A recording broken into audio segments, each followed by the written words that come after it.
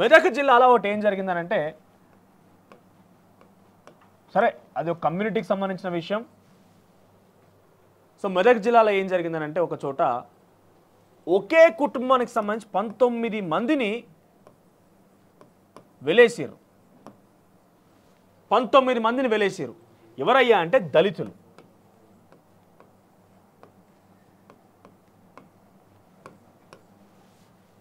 పంతొమ్మిది మందిని వెలేసారు, దళితులను వదిలేసారు. ఎవరు వేసారమంట వీళ్ళంటే మళ్ళీ దళిత సంఘాలు, వాళ్ళ కుటుంబాలే.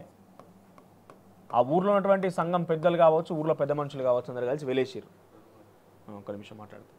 సో వెలేసారు. ఎందుకయ్యా అంటే ఈ 19 మంది వెలేయడానికి గల కారణం ఏంటంటే, ఈ మెదక్ జిల్లాలో ఒక గ్రామంలో గౌతోజిగూడ అనే గ్రామంలో ఏమైందనంటే,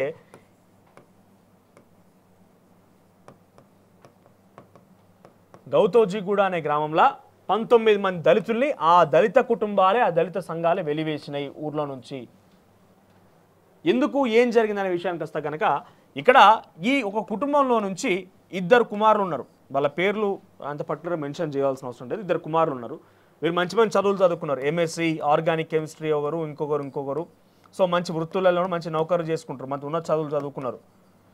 వీళ్ళందరికీ ఏమైంది, ఇక ఉన్నత చదువులు చదువుకున్నాం కదా, బేసిక్గా ఇప్పటికి కూడా కొన్ని ఆచారాలు ఏం చూస్తున్నామంటే, మనం పెళ్ళిళ్ళలో కానివ్వండి, చావుల్లో కానివ్వండి, ఊర్లో పండుగల్లో కానివ్వండి, గ్రామాలల్లో దళితులే డప్పు కొట్టాలి. వాళ్ళే డప్పు కొడితే ఉత్సవాలు కొంత ఊరేగింపు అంతా నడుస్తూ ఉంటుంది. సో ఇక్కడ ఏమైంది, అక్కడ ఉన్నటువంటి ఆ ఊర్లో అందరూ కూడా డప్పు కొడతారు. అది ఆచారంగా కొన్ని రోజులుగా వస్తూనే ఉన్నది. ఆచారం ఏంటి, చాలా వరకు ఇప్పుడు నడుస్తూనే ఉంది. డప్పు కొట్టాలంటే వాళ్ళే డప్పు కొట్టాలని ఒక విషయం నడుస్తూనే ఉన్నది. ఊర్లలో ఏం కావాలన్నా కూడా వాళ్ళు ముందు వరుసలో డప్పు కొట్టుకుంటూ పోతూ ఉంటారు, ఊరేగింపు జరుగుతూ ఉంటుంది. సో ఇక్కడ ఉన్నటువంటి దళిత కుటుంబాలు మొత్తం కూడా డప్పు కొడుతూనే వృత్తి కొనసాగిస్తూ ఇంకా ఇతర వ్యవసాయ పనులు కూడా చేసుకుంటూ బతుకుతున్నారు, జనం సాగిస్తున్నారు అక్కడ. ఈ కుటుంబంలో నుంచి 2 మంచిగా జాబులు చేసుకుంటున్నారు, మంచిగా బతుకుతున్నారు, ఓకే. సో వాళ్ళకి అప్పుడు ఏంది, ఇదనేది ఒకప్పుడు ఒక వృత్తి, అట్ ద సేమ్ టైం అప్పుడు జీవనోపాధి. డప్పు కొట్టడం అనేది కూడా ఒకప్పుడు జీవనోపాధి. ఇప్పుడు రాను ఇంకా ఈ ఏ కులమైనా ఏ మతమైనా కూడా వాళ్ళు వృత్తిపరంగా ఇంకా కొనసాగించాలనా?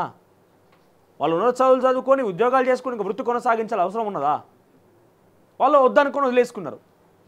సో వదిలేసుకోవడంతో, ఈ కుటుంబం వదిలేసుకోవడంతో, ఎందుకు మీరు ఊర్లో డప్పు కొట్టరా అని చెప్పి ఇవందరూ కలిసి, ఈ దళిత సంఘాలు, దళిత కుటుంబాలు అందరూ కలిసి వీళ్ళు వెలేసిరట 19 మందిని.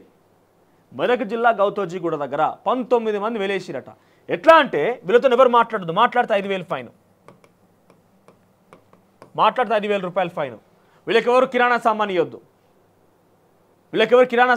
వీళ్ళకెవరు చేయొద్దు. ఇట్లా వీళ్ళకి 20-25 రోజులు చాలా తీవ్రంగా అది చేసి ఇది చేసి మొత్తం బతికిరంట. వాళ్ళకి అసలు ఎవరు మాట్లాడేటోళ్ళు లేరంట, కనీసం వాళ్ళకు మంచి లిస్ట్ లేరంట. అంత అమలు చేసిరు. వీళ్ళు అమలు చేసిరని దాన్ని పాటించలేదు, ఏం అర్థం కాలే. ఇంకా కూడా ఇవాళ రేపట్ల ఇంకా కూడా ఉన్నాయా, ఇంకా కూడా కొనసాగుతున్నాయా?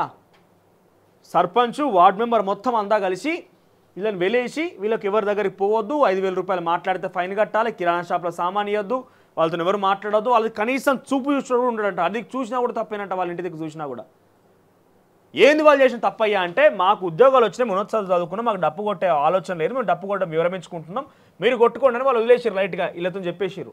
అంటే మీరు ఎట్లా పోతారా, అటు ఎట్లా పోతారు, మీరు ఇక్కడ కాదు ఉండాల్సింది, డప్పు కొట్టాలి కదా, మీరు చదువులు చదువుకొని బయటికి ఉద్యోగాలు చేస్తారని చెప్పి వీళ్ళ మీద అణిచివేసే ప్రయత్నంలో భాగంగా 19 మంది మీద వేటేసి 19 మంది వెలేసిరట.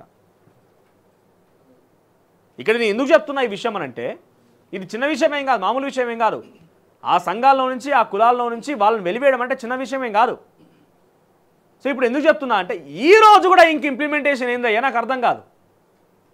ఈ రోజు కూడా ఇంక ఇంప్లిమెంటేషన్ ఏంది, అది ఇంకా కూడా కుల వ్యవస్థలు ఉన్నాయా అంటే, ఉన్న ఎట్లా రాజకీయంగా మాకు అవకాశం కల్పించాలనే దగ్గర ఉండాలి, ఇంకా కూడా కుల వృత్తులు పాటించే వాళ్ళు ఉన్నారా? అంటే ఒక ఉదాహరణ చెప్తే, గతంలో కేసీఆర్ గారు చెప్పినట్టుగా గొల్ల కుర్మల గొర్రెలు ఇస్తా అంటే వాళ్ళ పిల్లలు మొత్తం గొర్రె కాసుకుంటుండాలనా, బర్రెలు ఇస్తా అంటే వాళ్ళ పిల్లలు బర్రె కాసుకుంటుండాలనా? అంతకుముందు ఒక దేడి దిమాక్ లీడర్ గిట్లే అన్నాడు, అనొద్దు కానీ పేరు, మన బహుజనులకు సంబంధించి ఒక దేడి దిమాక్ లీడర్ గారు గిట్లే అన్నాడు. ఏంది, గోదావరి పైనుంచి ఏపీ నుంచి తెలంగాణకు వస్తుంది కదా, ఓహో మీరు మ్యాప్ అట్లా పెట్టుకున్నారా, ఇట్లా పెట్టుకోవాలి మ్యాప్ అన్నాడు ఒక లీడర్ ఉన్నాడు కదా.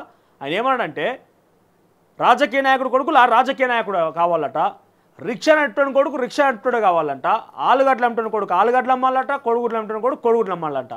నీకెట్ట నా అంటే ఇక చదువుకుని ఉండొద్దు, చదువుకున్న వాళ్ళు బయటికి రావద్దు, బతకొద్దా? అంటే మా ఈ రైతు అయితే నేను వ్యవసాయం చేసుకుంటూ ఉండాలా, మీరు పోతేంది మేము మాకు తరం అయిపోయి 2 తరాలు 3 తరాలు అయిపోయినాయి కదా, మీరు పోయి వ్యవసాయం చేయరు, మేము రాజ్యాన్ని పరిపాలిస్తాం, మీరు పోయి వ్యవసాయాలు చేయరు, మేము రాజ్యాన్ని పరిపాలిస్తాం. ఇక్కడ విషయం ఏంటంటే మనం తప్పు పట్టాల్సిన అంశం ఏంటంటే అదే సంఘాలకు సంబంధించి మీరు ఉన్నతంగా ఉండి మీరు ఐక్యంగా ఉండి మీ దగ్గర ఒక వ్యక్తి ఉన్నత నౌకరు చేసుకొని పోతున్నాడు, ఆయన మంచిగా జాబ్ చేసిండు, చదువుకున్నాడు, మనం ఎంకరేజ్ చేయాల్సింది పోయి మనం డప్పు కొట్టాలని చెప్పి డప్పు కొట్టకపోతే ఊరు నుంచి వెలివేస్తారా? ఇంత దుర్మార్గమా? అంటే ఎన్ని రోజులు మనం చేసే పని చేసుకుంటే వాళ్ళ మా తాత చేసిండు వ్యవసాయం, మా తాతల తాత చేసిండు, వాళ్ళ తాత చేసిండు, మాయే చేస్తున్నాడు, మళ్ళీ మేము కదా వ్యవసాయం చేయాలనా? ఇంకెన్ని రోజులు ఇట్లా వ్యవసాయం చేసుకుంటూ కూర్చున్నాడు? ఇంకా కుల వివక్ష లేదనంటే ఏం చేసి అదే చేయాలని ఒత్తిడి, ఇటువంటి వాటిని వల్లనే మన బహుజన వర్గాలు మొత్తం కూడా అక్కడే మిగిలిపోతున్నాయి.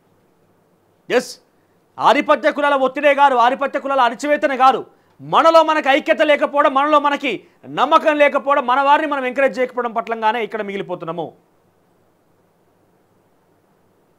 పక్కోడు వెనుకొచ్చినోడు ఎంత తీసుకపోయినా ఏం కాదు, వెనక నుంచి దొంగతనంగా వచ్చినోడు వెనక డోర్ తీసుకొని ఎంత దోచుకపోయినా ఏం కాదు, కానీ ముంగటి నుంచి పోయడం చక్కగా పోయడం పోనీయం మనం.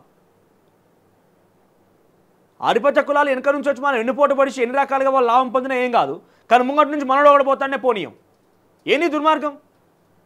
ఏమొచ్చింది దళిత కుటుంబాలకు? వాళ్ళకు చదువుకున్నారు కావచ్చు, వాళ్ళకి ఏమొచ్చింది? మా బీసీలల్లా 139 కులాలు ఉంటే ఒకటి ముందుకు పోదామనే సరికి మనం ఇంకా వాటి గుంజుతారు. మన రాజ్యాధికారం అనేది అంత ఈజీగా సాధ్యం కాదు. ఫస్ట్ మనలో మనకు ఐక్యత ఉండాలి. అందరంటే కొంతమందిని మాత్రమే. ఉదాహరణ తీసుకుంటే ఒక రాజకీయ నాయకుడు, ఒక ఎమ్మెల్సీ, ఒక ఎమ్మెల్యే ఉన్నారనుకోండి, మన దాంట్లో ఇంకొకరికి సాయం చేసి మనకి ముందుకు పోయేందుకు, మనకి ఆర్థికంగా మనకి రాజకీయంగా నేను సాయం చేద్దామంటే అట్లా కాదు. వాడు పోతే నన్ను దాటేసిపోతారేమో, మనం ఎందుకు పోనీయాలని ఫస్ట్ మన అక్కనే కిల్ చేస్తారు. ఇంత దుర్మార్గమా? ఫస్ట్ మీలో మీరు ఐక్యత పెంచుకోండి. మీ మీద ఎవరైనా తప్పుగా ప్రవర్తిస్తే, మీ మీద కనుక ఏమైనా విషయం కనుక తప్పుగా లేవనెత్తితే మీరు కలిసికట్టుగా పోరాడాల్సింది పోయి మీరు పంచాయతీలు పెట్టుకొని కుటుంబాన్ని వెలివేస్తారు. ఇంకా కూడా ఉన్నాయి వెలివేసే పద్ధతులు. ఏమో రాజుల కాలమా ఈ వెలేసిరేంది? చాలా లేటుగా వచ్చింది. మన తెలుగు వార్తల పత్రికల్లో ఎక్కడ కూడా వార్త బయటకు రాలే. ఎందుకు మళ్ళీ ఆ వార్తలు ఎవరి? ఓ ఈనాడు ఎవరిది, ఓ ఆంధ్రజ్యోతి ఎవరిది? పోనీ వెలుగులన్నా ఈ వార్త వస్తుందంటే వెలుగులు నాకు ఎక్కడ కనబడలే. ఈ పత్రికలు ఎవరి?